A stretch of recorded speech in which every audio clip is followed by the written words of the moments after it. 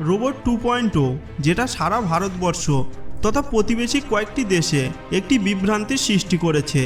আপনি হয়তো রোবট 2.0 এই মুভিটি দেখেছেন অথবা মুভিটির স্টোরি সম্পর্কে শুনেছেন, যেখানে দেখানো হয়েছে যে মোবাইল টাওয়ার এবং অতিরিক্ত মোবাইল ফোনের ব্যবহার কিভাবে পাখিদের মৃত্যুর কারণ হয়ে দাঁড়াচ্ছে। এছাড়াও হয়তো আপনারা একটি ভাইরাল নিউজ বিভিন্ন সোশ্যাল মিডিয়া সাইটে দেখেছেন, যেখানে বলা হয়েছে যে নেদারল্যান্ডসে পরীক্ষামূলকভাবে 5G চালু হতেই একদিনে প্রায় 300 থেকে বেশি পাখি মারা গেছে। তাছাড়াও আমরা ছোট থেকেই শুনে আসছি যে মাত্রাতিরিক্ত মোবাইল ফোন ব্যবহার করলে ক্যান্সার অথবা যে কোনো ভয়ঙ্কর রোগ হতে পারে। তাই আজ আমরা এই ভিডিওতে জানার চেষ্টা করব যে সত্যিই কি মোবাইল টাওয়ার মানুষ অথবা পাখির মৃত্যুর কারণ হতে পারে। কিন্তু বন্ধুরা, ভিডিওটি শুরু করার আগে আমি আপনাদের বলবো, আপনি যদি অদ্ভুত চ্যানেলে নূতন হয়ে থাকেন তাহলে চ্যানেলটিকে সাবস্ক্রাইব করে পাশের বেল আইকনটিকে প্রেস করে দেবেন। মোবাইল টাওয়ার এবং মোবাইল থেকে নির্গত রেডিয়েশন পাখি এবং মানুষের উপর কিভাবে ক্ষতিকারক প্রভাব ফেলে সেটা বোঝার জন্য সবার প্রথম আমাদেরকে ইলেকট্রোম্যাগনেটিক ওয়েভ মানে তড়িৎচুম্বকীয় তরঙ্গ সম্পর্কে জানতে হবে। বিভিন্ন সেলফোন থেকে যে রেডিয়েশন নির্গত হয় তাকে রেডিও ফ্রিকোয়েন্সি ওয়েভ বলা হয়।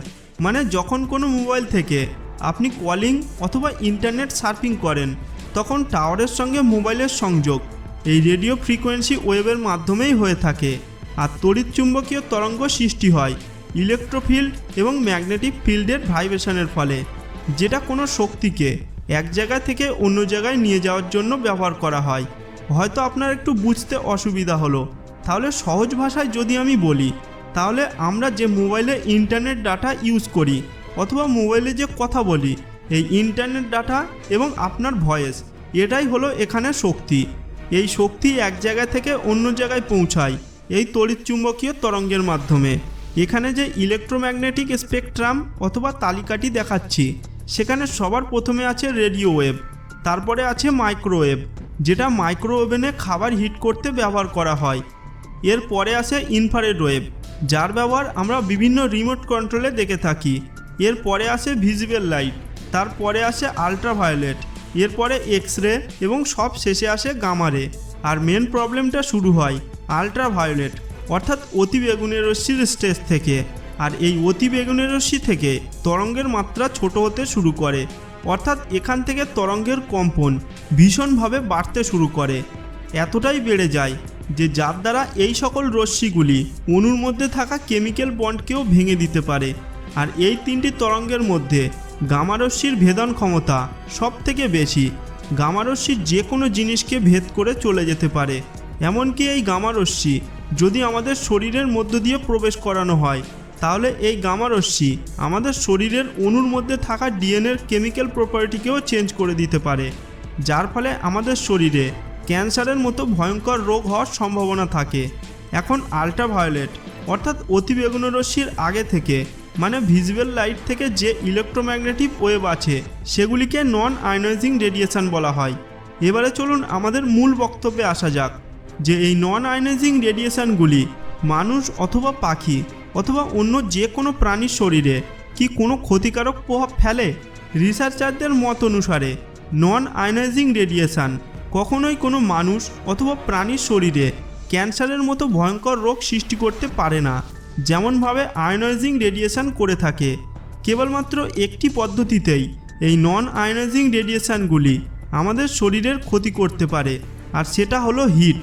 মানে মাইক্রোওভেনে যেভাবে হিট উৎপন্ন করে খাবার তৈরি করা হয় ঠিক একই পদ্ধতিতে যদি নন আয়নাইজিং রেডিয়েশন আমাদের শরীরের কোনো স্থানে একটানা অনেক বেশি সময় ধরে রাখা হয় তাহলে সেই স্থানে ক্ষতি হতে পারে। কিন্তু এখানে নন আয়নাইজিং রেডিয়েশনের মধ্যে মাইক্রোওয়েভের কথা বলা হয়েছে।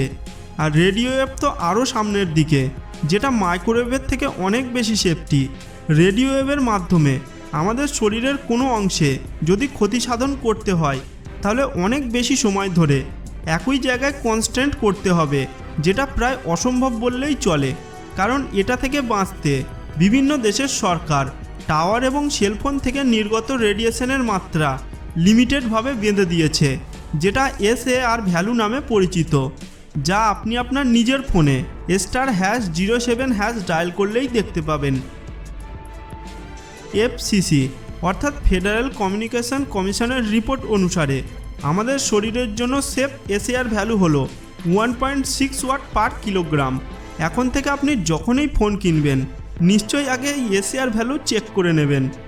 2016 থেকে 2018 এই 2 বছর আমেরিকাতে ন্যাশনাল ট্যাক্সিলজি প্রোগ্রাম নামক একটি সংস্থার দ্বারা একটি পরীক্ষা করা হয়, যেখানে ছোট্ট একটি চেম্বারে কতগুলো ইঁদুর রাখা হয় আর তাদের শরীরের মধ্য দিয়ে সিডিএমএ এবং জিএসএমএ সিগন্যাল পাস করানো হয়, যার এসএআর ভ্যালু ছিল 2.5 থেকে 10 ওয়াট পার কিলোগ্রাম পর্যন্ত, যেটা নর্মালের থেকে অনেক বেশি ছিল।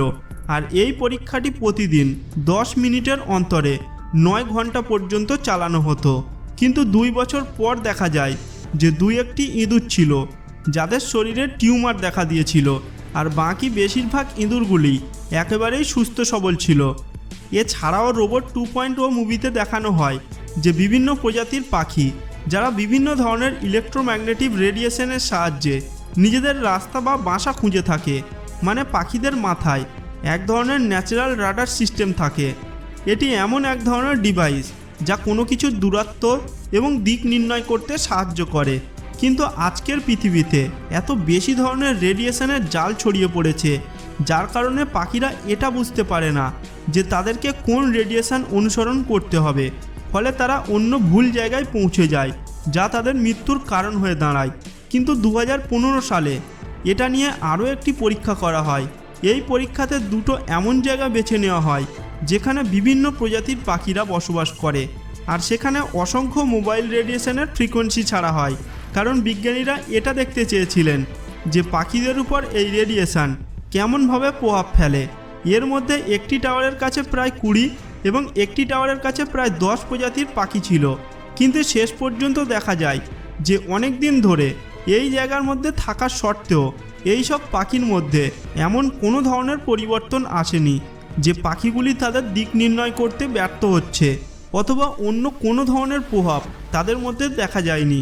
এবারে চলুন আজকের মেন টপিকে যাওয়া যাক, সেই ভাইরাল নিউজ যেখানে বলা হয় যে নেদারল্যান্ডসে একদিনের জন্য 5G পরীক্ষা করতে গিয়ে প্রায় 300 থেকে বেশি পাখি মারা যায়। কিন্তু আসলে যে পাখিগুলি মারা গিয়েছিল তা 19 অক্টোবর থেকে 3রা নভেম্বরের মধ্যে, এবং নেদারল্যান্ডসে 5G পরীক্ষা করা হয় 28 জুন, আর সেটা আবার সম্পূর্ণ FCC অর্থাৎ ফেডারেল কমিউনিকেশন কমিশনের গাইডলাইনকে মেনে করা হয়েছিল। এটা থেকে স্পষ্ট বোঝা যায় যে 5Gর পরীক্ষার সাথে পাখির মৃত্যুর কোনো সম্পর্কই নেই। আর এই নিউজটি ভারত এবং ভারতের প্রতিবেশী কয়েকটি দেশে সবথেকে বেশি ভাইরাল হয় কিছুদিন আগে রিলিজ হওয়া রোবট 2.0 মুভিটির উপর বেস করে। আর এই মুভিটি সম্পূর্ণই একটি হক্স ছিল। কিন্তু এখন আপনাদের মনে একটি প্রশ্ন অবশ্যই উঠতে পারে যে সারা পৃথিবীতে পাখির সংখ্যা প্রতিনিয়ত দ্রুত গতিতে কমে যাচ্ছে, এর জন্য কি সেলফোন টাওয়ার একটুও দায়ী নয়? এর জন্য সবার প্রথম আমাদেরকে জানতে হবে যে পাখির বিলুপ্তির পেছনে আসলে কোন কোন কারণগুলি বেশি দায়ী। বিশেষজ্ঞদের মত অনুসারে পাখির বিলুপ্তির পেছনে যে কারণগুলি রয়েছে সেগুলি আপনি হয়তো জানলে চমকে যাবেন। পাখির বিলুপ্তির সবথেকে বড় কারণ হলো এগ্রিকালচার, মানে চাষবাস।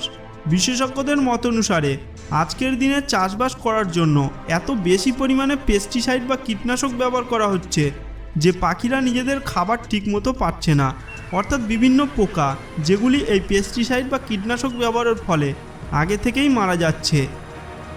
সারা বিশ্ব জুড়ে পাখির বিলুপ্তির পেছনে যে মেন কারণগুলি রয়েছে সেগুলি কিছু এই রকম, যার মধ্যে এগ্রিকালচার এবং নগরায়ন একটি বড় ভূমিকা পালন করছে। কিন্তু এই লিস্টের কোথাও সেলফোন টাওয়ারকে দেখানো হয়নি। কিন্তু তাই বলে এই নয় যে সেলফোন টাওয়ার পাখি এবং আমাদের কোনোই ক্ষতি করে না। যদি আপনি জানতে চান যে সেলফোন টাওয়ারের ফলে কি কি ক্ষতি হয়, তাহলে আপনি কমেন্ট করে জানাতে পারেন, আমি নেক্সট ভিডিওতে বলে দেব। আর হ্যাঁ, কথা বলার সময় আমাদের সেলফোন থেকে যে রেডিয়েশন নির্গত হয় তার থেকে বাঁচতে হলে আপনি কথা বলার সময় সেলফোনকে কান থেকে দূরে রাখার চেষ্টা করবেন, অথবা হেডফোন ইউজ করার চেষ্টা করবেন। তো বন্ধুরা, আজকের ভিডিওটি এই পর্যন্ত। আজকের ভিডিওটি আপনাদের কেমন লাগলো তা কমেন্ট করে জানাতে ভুলবেন না। আর যদি ভিডিওটি ভালো লাগে তাহলে প্লিজ একটা লাইক দিবেন। আর এমন ধরনের আরও রোমাঞ্চকর ভিডিও পেতে আমাদের এই অদ্ভুতলে চ্যানেলটিকে সাবস্ক্রাইব করে পাশের বেল আইকনটিকে প্রেস করে দেবেন।